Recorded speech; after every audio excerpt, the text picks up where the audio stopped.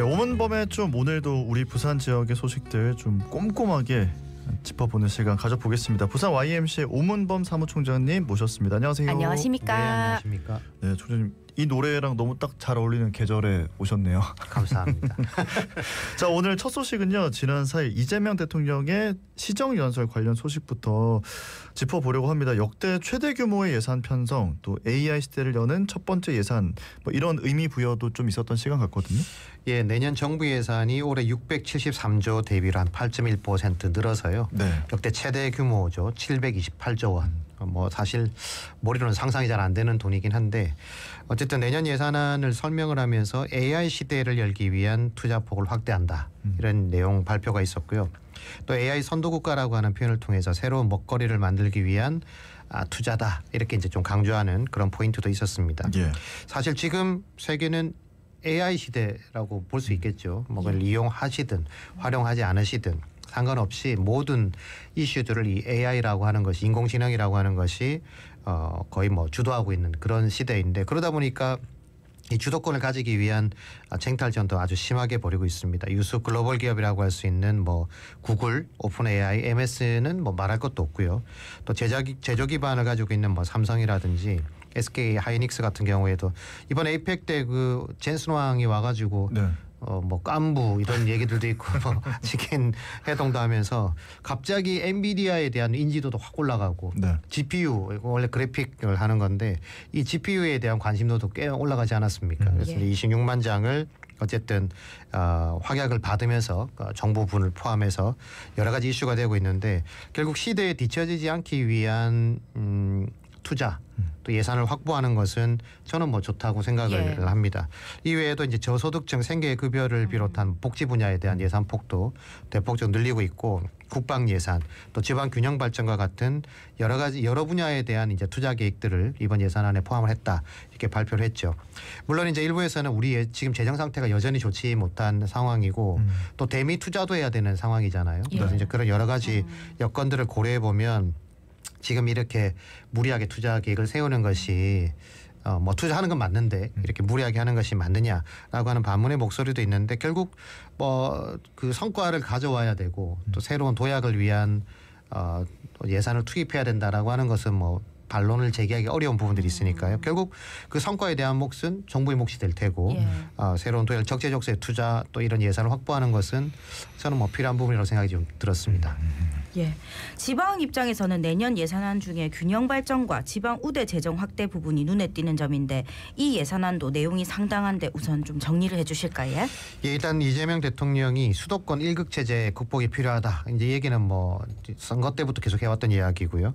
그래서 지역 성장의 중심이 된 5극 3특 시대를 여는 지방우대 재정 원칙을 전격 도입하겠다 이런 발표도 있었습니다. 예를 들면 수도권에서 거리가 멀어지면 멀어질수록 좀 더 두텁게 재정 지원을 하겠다라고 하는 거니까 부산은 꽤 멀잖아요. 그쵸. 그러니까 좀 기대를 가져봐도 되는지는 모르겠습니다만 어쨌든 더 두텁게 지원하겠다는 내용도 있었고 아동수당이라든지 노인 일자리 사업도 지금도 꽤 많은 인원들을 하고 있는데 이걸 뭐 120만 명에서 170만 명까지 좀 늘린다 이런 계획들도 지금 나와 있습니다. 그게 다 국민 내일 배움 카드와 같은 7대 재정 사업에 대해서도 비수도권 지역에 더 많이 지원을 받을 수 있도록 지원하겠다라고 하는 내용도 있고요.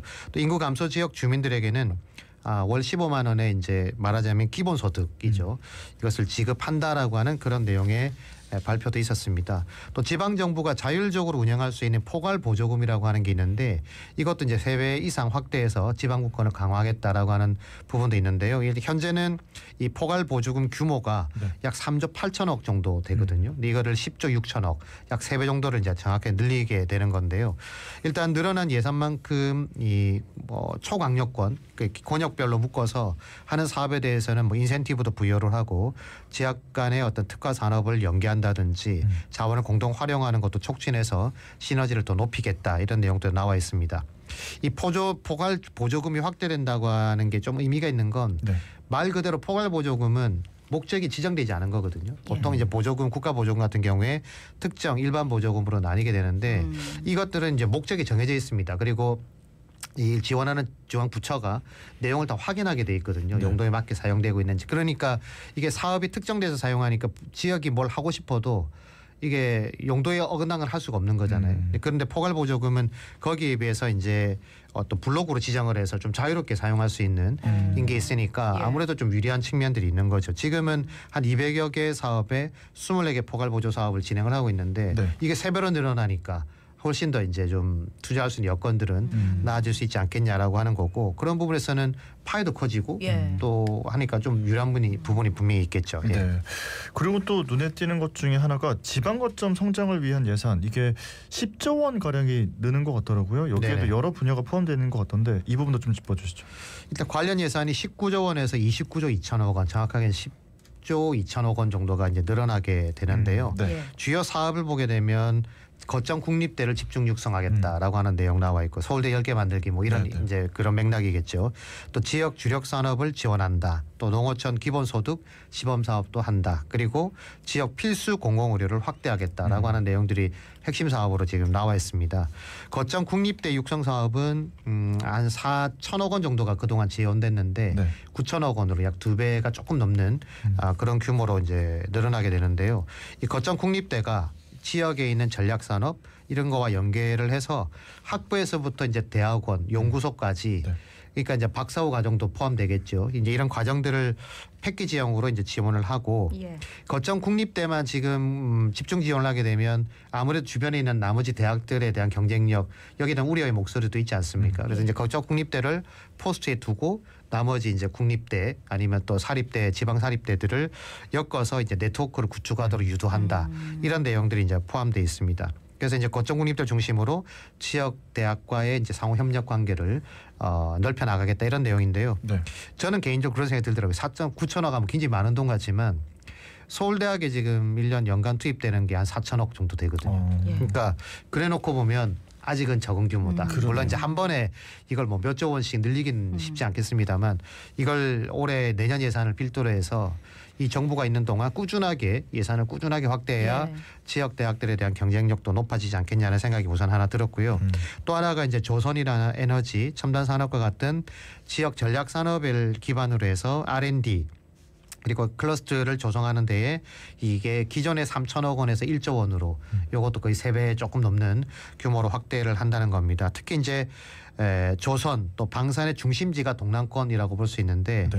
이 중에 보니까 이제 함정 그러니까 구축함 같은 거죠. 그래서 MRO라고 해서 유지 보수 정비하는 이쪽 분야에 이제 클러스터에 약 150억 원을 또 신규로 투입을 하게 되고요. 또 네. K조선이라고 할 수 있는 K조선 산업의 인재나 이제 아니면 혁신밸리 조성 사업에도 한 60억 원 정도를 신규로 포함한 내용도 이제 눈에 띄는 부분이고요. 그 외에도 지방 투자 촉진 보조금 그리고 이제 산학연 협업을 통한 지역 기술 개발 강화 사업에도 300억과 약 각각 1,100억 원 정도가 이제 규모가 늘어나는 부분들이 있습니다. 우리가 좀 유심히 봐야 될 부분도 하나 있는데 그게 네. 이제 국립대와 지방의료원에 대한 공공의료 확충 부분. 지금 이번 그 행정사무감사에서도 나왔는데 부산의료원 지금 적자 문제 때문에 논란이 많지 않습니까? 네네. 직원들 뭐 임금을 지급 못한다 이런 내용들이 있는데 결국 이게 지방세만 가지고 아니면 시비만 가지고 운영하는 거는 굉장히 어려워요. 이게 코로나 이후에 지금 줄어든 환자 회복이 안 되고 있지 않습니까? 그래서 네. 어려우니까 이게 이제 그 부분에 또 뭐 한 8천억 원을 늘리고 또 이제 광역교통망 구축하는데 3조 1천억 원 정도 늘린다고 했으니까 어쨌든 이 중에 1조 1천억 원은 지역 공공의료 시설 확충 또 지방의료 운영비 지원에 사용할 계획이다 이렇게 밝히고 있거든요. 그런 부분에서 부산의료원 또 아니면 서부산의료원도 만들어지게 되면 이런 그 공공의료 시설들에 대한 운영비 지원들이 좀 늘어나야 지방에 있는 또 저소득층 주민들이 예. 이 건강에 대한 보호를 좀 받지 않을까 생각됩니다. 네. 예. 워낙 단위가 크다 보니까 좀 쉽게 와닿지는 않지만 지방의 자율성과 지역 전략 산업의 육성 그리고 대학과 공공성을 높이는 방향에 대한 예산이 늘었다는 것을 좀 알 수 있을 것 같습니다. 일단 AI 선도국가의 첫 예산이라고 하니까 이게 AI뿐만 아니라 이제 그 국토 균형 발전 또 지방의 경쟁력을 높이기 위한 부분에 이런 투자를 하겠다라고 하는 또 예산이 크게 늘고 있는 부분들이 있으니까요. 이 부분들은 분명히 애를 쓰고 있다 이렇게 평가는 할 수 있을 것 같습니다. 네. 특히 이제 거점 국립대를 중심으로 한 산학연 클러스터 구축이라든지 또 동남권에는 뭐 조선이나 방산 산업에 대한 지원 지원을 강화하는 것 좋은 뭐 맥락이라고 생각되고요. 또 광역 도시 철도망 구축 예산도 한 3천억 원 가량이 늘었는데 이게 그 광역 간의 그 시너지가 내려 그러면 무조건 교통망 구축, 광역 교통망 구축은 필수적이거든요. 네. 그러니까 서울 경기권을 보면 금방 알 수 있는 것처럼 이런 부분에 대한 거를 강화하겠다. 3천억도 저는 좀 작다고 생각되고 더 많은 예산들이 좀 투입돼서 시기를 줄이고 그다음에 교통망에 그건 또 촘촘하게 예. 만드는 이런 작업들이 반드시 있어야 된다고 생각됩니다. 실제 전체 예산 728조 원 중에 지금 언급드렸던 예산을 단순히 계산해봐도 수십조 정도에 불과하거든요. 그러니까 예. 그렇게 놓고 보면 어떻게 보면 뭐 포괄보조금 세율을 늘린다 하더라도 규모 전체 규모에서는 좀 적다 이렇게 볼 수 있을 것 같고 그래서 현재는 뭐 지금은 당장은 어쩔 수 없겠지만 국세 지방세 비율에 대한 얘기가 계속 나오지 않습니까? 네. 여전히 8대 2, 뭐 아마 한 7.5대 2.5 요 정도 될 거예요 지금은. 근데 이거를 좀 더 빠르게 해서 예전에 계속 주장하고 있는 6대 4 정도 해서 지방세 규모를 좀 더 늘려야만 지방이 좀 자율적으로 뭔가 결정할 수 있고 선택할 수 있는 그런 부분 그런 논의가 좀 줄어든 것 같아 좀 아쉽다 이런 말씀도 드릴 수 있겠습니다. 네, 네.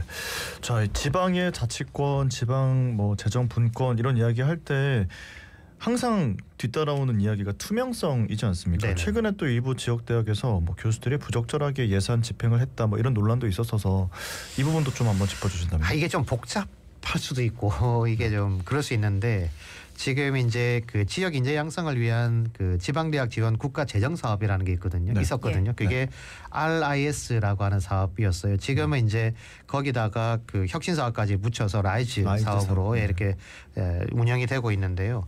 예산 규모가 생각보다 큽니다. 1조 7천억 원 정도 되니까 굉장히 큰 부분인데 이걸 국무총리실의 정부합동 부패 예방 추진단 그리고 교육부가 합동으로 그 1조 7천억 중에 약 30% 정도 해당되는 데 대한 감사를 실시를 했어요. 그래서 점검 대상 예산이 5,244억 원 중에 조사를 해봤더니까 이제 건수로는 한 940건, 규모로는 약 408억 원 정도의 부적정 집행 내용이 이제 발각이 된 겁니다. 네.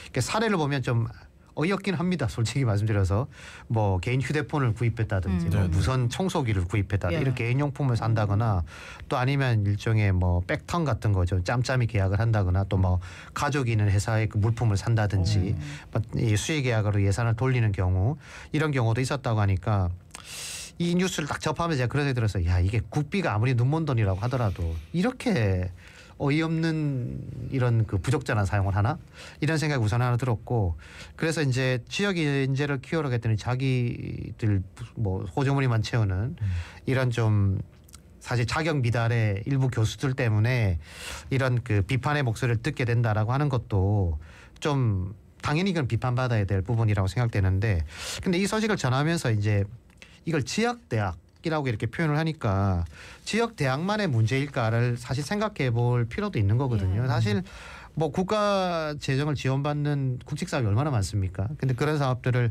꼭 지역 대학만 아니라 아마 어쩌면 면 수도권이라든지 서울에 있는 대학들도 아마 조사해 보면 이런 게 없다고 말 못할 텐데 여기에 대한 불편함이 좀 있었고요. 그다음에 어쨌든 당연히 이런 일은 일어나서는 안 되지만 그래서 문제가 된 교수나 또 지역 대학에 대해서는 강력한 페널티를 적용하는 게 맞다고 저는 생각합니다. 이런 예. 400억이 넘는 돈 그걸 단순히 30% 했으니까 이걸 100%로 보면은 1,000억이 넘는 돈이잖아요. 그렇죠. 엄청난 돈이니까 이런 부분들은 당연히 이제 문제를 적발하고 시정을 해야 되는데 지역이라서 발생한 일일까라고 하는 부분에 대해서는 생각을 해봐야 된다. 기사의 제목이 이랬습니다. 지역 대학으로 간 나랏돈 교수들 술 사고 휴대폰 사는 데 쓰였다. 제목이 딱 이랬어요. 예.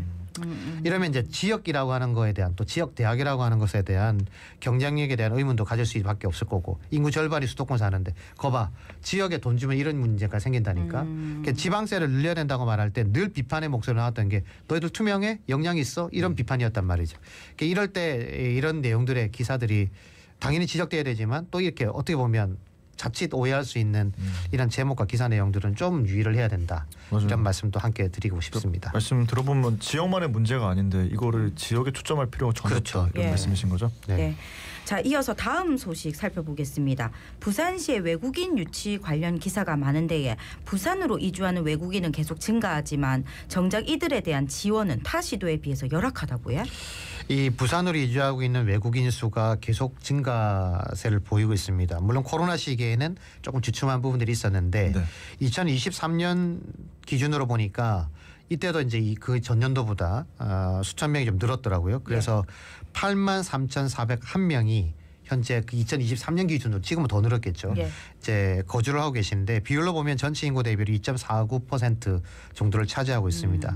근데 감소하는 인구수 대비로 보면 매년 적게는 4%, 많게는 10% 가량의 증가세를 현재 보이고 있거든요. 근데 외국인 지원 정책은 그 규모를 따라가지 못하고 있다 이런 내용입니다. 그러니까 외국인들도 지방세는 똑같이 냅니다. 네네. 세금을 안 내는 게 아니거든요. 네네. 내용이 똑같이 납부를 하는데 내국인들이 지원받고 있는 뭐 보육료 지원이라든지 또 소득 수준에 따른 주거 지원 등에서는 지금 사각지대에 놓여 있다라고 하는 거거든요. 현재 부산에는 그 5세 미만 외국인 아동이 3,000명 정도 규모가 되는데 부산에서는 지원이 안 되고 있습니다만 경기도나 전남에 만약에 거주했다. 네. 그러면 월 10만 원 또는 15만 원 정도의 그 지원을 받을 수가 있는 거죠. 예. 그럼 이제 10만 원, 15만 원이면 적다면 적고 크다면 큰 돈인데 그렇지요. 뭐 그러면 어떻게 생각해? 솔직히 경기도로 가고 싶지 않겠어요? 꾸준하게 지원받는데 이게 아이들이 클 때까지 계속 뭐 3년 동안 하면 수백만 원 돈은 되는 거니까요. 그러니까 부산시도 외국인 아동 보육료 지원 조례를 만들었는데 문제는 올해 예산 확보를 하지 못했다라고 하는 네. 거거든요. 그러니까 타시도 같은 경우에는 큰 금액은 아니더라도 또 숙련공, 숙련된 노동자들 같은 경우에는 정착 지원금도 지원을 하고 있습니다. 수십만 원씩. 그러다 보니까 이렇게 부산은 좀 이렇게 좀 부족하다 이렇게 볼 수가 있는 거죠. 그러니까 이 이야기를 자칫 잘못 들으면 아니 지금 뭐 우리나라 사람도 힘든데 외국인 왜 지원하냐. 근데 이게 아니라 지방세를 내고 있고 거기에 따른 어느 그렇죠. 정도의 혜택이 있어야 된다 이런 말씀이신 네네네. 거잖아요. 부산시 홍보를 보면 외국인 유학생 유치, 뭐 외국인 관광객들이 뭐 역대 최다 들어왔다 이렇게 홍보를 하고 있는데 이것도 이제 새로운 인구 유입책이라고 생각을 하면 좀 적극적인 지원책도 분명히 있어야 된다는 생각이 들거든요. 그러니까 이제 부산 권역 내에 있는 내국인 그리고 이제 외국인 근로자 지원 제도를 좀 비교해 보면 네. 좀 쉽게 이해가 될 수 있는데요. 이게 그 보육료 같은 경우에 내국인은 전액 지원을 하고 있습니다. 예. 근데 외국인 지원은 없다. 그리고 이제 장애 등록도 내국인은 가능한데 외국인은 난민 인정자나 영주권자 아니면 그 결혼 이주민 이 부분들만 해당이 된다 이렇게 네. 볼 수 있는데 이 말씀 추가 말씀 좀 드리면 이런 부분들이 있는 거죠. 지금 그 제조업 같은 경우 외국인 노동자 없으면 안 돌아갑니다. 그렇죠. 공장이 예. 인력이 필요해요. 그러니까 그렇죠. 인력이 그러면 들어오면 이분들에 대한 어쨌든 지원을 좀 해줘야 되잖아요. 예. 그래야 또 정착률도 높아가는 거니까. 그런 부분에서 보면 쉽게 이해가 되실 거고 노동 법률 지원 같은 경우에도 내국인 같은 경우에는 뭐 노동청 당연하고요. 지역에는 복지관 등에서도 이제 체계적인 지원이 되고 있습니다만 외국인 같은 경우는 일원화된 상담 창구조차 없다 이렇게 볼 수 있고 건강 그 의료 같은 경우에도 내국인은 건강보험 의무 가입자이지만 외국인 같은 경우에는 미등록 체류자 같은 경우에 단기로 온다든지 이런 분들 같은 경우에는 건강보험과 또 의료비 지원 사업 대상에서 제외되고 있다. 그러니까 여러 가지 면에서는 좀 차별적인 요소가 분명히 있다라고 볼 수 있고 그래서 또 여기에 이제 지원 차별뿐만 아니라 올 초 확정한 제2차 부산 노동정책 기본 계획에 따르면요. 이주 노동자 노동 권익 보장이라고 하는 그 사업 또 통번역 지원 사업이 핵심 추진 과제로 돼 있어요. 예. 근데 예산이 원래 2,100만 원 정도 됐었는데 네. 그게 내년에는 400만 원 축소됐습니다. 그러니까 굉장히 많이 대폭 축소가 된 거죠. 그러네요. 예. 그 이용자가 없다고 볼 수도 그래서 축소했을 수도 있을 수도 있는데 뒤집어 얘기하면 너무 지원이 부족하니까 예. 이용률이 떨어지는 것도 있거든요. 그러니까 이 부분들은 정확하게 분석해서 예산 분석을 해야 되는데 이런 부분이 좀 부족하지 않았을까 이런 생각이 좀 들었습니다. 예. 또 한편에서는 외국인 노동자 문제를 단순히 인구 문제가 아니라 노동인권 차원에서 바라봐야 한다는 지적도 있지 않습니까? 부산시가 지난해 이제 그 인구정책 담당관이랑 부서를 이제 신설을 하고 네. 외국인 노동자 노동 지원 관련 기능을 기존의 일자리 노동과에서 이제 이 그 인구정책 담당관을 이관을 했어요. 하고 그러다 보니까 이제 노동 현장에서 일어날 수 있는 일들은 인구정책 담당관실에서 이걸 관리하기가 좀 어렵잖아요. 전문성이 좀 아무래도 결여될 수 있으니까요. 근데 이제 그 현장성이 떨어지는 지역도 나오고 있는데 물론 여러 현안이 많다 보니까 뭐 세밀하게 정책을 추진하기는 좀 어려움도 있다. 이걸 뭐 일부 이해를 한다선 치더라도 이미 다문화 사회지 않습니까? 지금 그렇죠. 우리가 다문화 사회고 일부 직권 아까 말씀드렸던 것처럼 일부 제조업이라든지 또 뭐 서비스업 이런 데도 내국인 노동자 채용이 어렵지 않습니까? 어렵고 외국인 노동자 또 외국인들에 대한 이런 그 새로운 기존 입장과 이해 관점이 달라져야 되는 게 분명한 사실인데 그러려면 좀 더 체계적인 정책 방향과 또 추진도 필요하고 지원 방안도 반드시 있어야 되는 부분이라고 말씀드릴 수 있을 것 같습니다.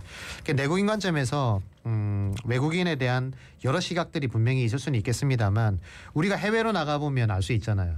그래서 여전히 뭐 인종차별 받았다, 뭐 불편한 시선을 받았다. 그거 되게 기분 나쁘지 않습니까? 외국인도 어엿한 이제 우리의 이웃 사촌이 된 거예요. 이게 됐으니까 그런 분들에 대한 여러 가지 정책적 관점이나 우리 시각적인 부분들 이런 부분들도 입장을 바꿔서 그분들이 좀 더 인권적인 부분에 좀 대우도 받고 노동적인 권리도 좀 보장받고 이렇게 해서 함께 더불어 살아갈 수 있는 사회에 대한 축을 만들어가는 것이 좀 필요하지 않나 이런 말씀 드리고 싶습니다. 그러게 우리도 과거에 그런 역사가 있지 않았습니까? 그러니까요. 예. 네, 맞습니다. 좀 생각을 좀 해봐야 되는 문제라는 생각은 정말 들고요. 마지막 소식 시간이 좀 남아서 짧게 알아보겠습니다. 부산시의회 행정사무감사가 어제부터 시작이 됐는데 부산 지역 16개 기초의회 중에 12곳이 의회 사무부서에 대해서 행정사무감사를 진행하지 않았다. 이 뉴스를 봤습니다. 이게 어떻게 된 건지 좀 짚어주시죠. 기초의회 관련 뉴스 뭐 심심하고 잊을만 하면 나오죠. 네. 계속 여러 자격적인 부분이라는 얘기 나오는데 특히 외유성 해외 방문 이것 때문에 계속 단골로 논란. 등장하죠. 뭐 잊을만 하면 또 생기고 특히 내년에 이제 지방선거 있다 보니까 아마 연말에 또 계획하고 있는 기초회가 충분히 뭐 여러 있을 거라고 생각되는데 네. 어쨌든 그 각 기초회가 구군 행정에 대한 행정사무감사를 진행하면서 적게는 조금 자그마한 규모는 뭐 수억 원이 되겠습니다만 좀 큰 규모의 기초회 같은 경우에는 1년에 수십억 원의 예산을 집행한단 말이죠. 근데 정작 감사는 하지 않는다. 이게 좀 논란이 되고 있는 겁니다. 예. 올해 같은 경우에 해운대구, 동구, 부산 진구, 수영구에 이 4곳만 행정사무감사를 하고요. 예. 나머지 12곳 기초회에 대한 행정지원부서에 대해서는 행정사무감사를 하지 않는다. 그러니까 행감은 잘 아시는 것처럼 그 해당 부서에 대한 그 감사 전반에 대한 점검을 하는 거거든요. 어떻게 하는 건지 그 예상 집행의 뭐 효율성이라든지 적법성 같은 것도 따지게 되고 그런데 의회 사무처에 대해서는 예외로 한다. 그게 굉장히 넌센스라고 볼 수 있는 거죠. 각 기초회가 이제 이렇게 행정사무감사에서 빠지는 이유를 살펴보면 이게 조례 해석 차이 때문이라고 하는데요. 그러니까 행감 관련 조례에 의회 지원부서를 감사해야 된다. 감사 대상으로 지정돼 있지 않아서 이런 여러 가지 엇갈린 이런 논란이 나오고 있다 이렇게 볼 수 있겠습니다. 예, 감사 대상이라고 적혀져 있지 않다가 이게 대상이 아니라는 이야기도 아니고 구군 기초의회가 사용하는 본 예산이 총 222억 원이 넘는다고 하는데 누구의 감시도 안 받는다는 거는 좀 문제가 있어 보이는데요. 그러니까 이제 이 감사 대상이 명문화돼 있지 않다. 그러니까 감사 부서가 지정돼 있단 말이죠. 보통 조례에 예. 어디 이렇게 이제 행정사무감사를 한다 이렇게 돼 있는데. 이제 이게 의회 지원부서는 이게 없는 거죠. 이런 내용이 조례에 이제 포함되어 있지 않은 건데 어떤 기초의회는 없으니까 이게 명문화돼 있지 않으니까 우리가 뭐 안 하는 게 뭐 틀린 거 아니지 않나 이렇게 얘기하는 데가 있고 또 이걸 진구회 같은 경우에는 배제한다는 내용이 없으니까 당연히 감사를 해야 된다 이런 입장이라는 거죠. 그러니까 똑같은 조례 내용을 보고 어떤 데는 적극적으로 해석을 해가지고 배제하는 게 아니니까 해야 되지. 하는 거고 어떤 데는 없으니까 안 하는 거지 이렇게 된다는 거예요. 그러니까 뒤쪽이 또 맞는 거 아니에요? 뒤쪽이 맞는 거죠. 그러니까 배제되는 부서 같으면 없다 여기는 하지 않는다라고 하는 게 맞는 거 아닙니까? 근데 좀 적극 행정 얘기도 많이 하는데 감사도 적극 감사를 해야 되는 거잖아요. 그러니까 당연히 이게 그 의지의 문제라고 볼 수 있는 거고요. 특히 이제 기초의회 해외 출장 관련해서 국민권익위원회가 2022년부터 지난해 5월까지 17개 시도의회, 광역의회 또 226개 전국 기초의회 전수조사를 한 결과 이 무려 405건 그리고 44.2%에서 항공권 위조로 실제 항공료보다 많은 예산을 타서 갔다. 이런 지적사항이 있었거든요. 이게 무슨 얘기냐면 처음에 비싼 항공권을 발급을 해요. 예. 그리고 나중에는 싼 걸로 바꾸는 거죠. 예. 그러면 내가 100만 원짜리 항공권을 발급해서 받았다가 나중에 50만 원짜리 바꾸면 50만 원 자기 거 되는 거죠. 그러니까 이런 부당 지급 받았던 게 무려 44.2%다. 거의 절반에 가깝잖아요. 네. 근데 또 부산에서는요. 의회 직원 항공료 대납권도 있었습니다. 그러니까 이런 부적절한 예산 집행이 많은데 그러면 이렇게 시민 세금이 투입되는 것은 당연히 투명성 확보해야 되고 감사든 뭐 해야 되잖아요. 검증을 해야 되잖아요. 근데 이거는 16곳 중에 4곳 빼고 12곳은 안 한다? 말이 안 되는 거죠. 그러니까 네. 의회가 특권층도 아니고 또 행정기관에 대한 적법성, 효율성 막 질타하지 않습니까? 그러면서 정작 자신들의 소속 기관에 대해서 아무런 감사를 하지 않는다는 건 말이 되지 않는다. 그래서 먼저 스스로 자기들부터 우리는 자정 노력도 하고 투명하다라고 하는 것을 검증해야 그래서 행정사무감사를 진행해야 나머지 다른 부서에 대해서도 행정부서에 대해서도 지적하는 게 타당성을 얻는 거 근거를 얻는 거잖아요. 이렇게 하면 안 됩니다. 제발 좀 의원님들 권한만 행사하지 마시고 네. 스스로도 자정하는 그런 노력 좀 했으면 좋겠다. 이 말씀 꼭 좀 드리고 싶습니다. 네. 자, 오늘 말씀은 여기까지 듣고 보내드리겠습니다. 고맙습니다. 고맙습니다. 네, 감사합니다. 네, 지금까지 부산 YMCA 오문범 사무총장님과 이야기 나눴습니다.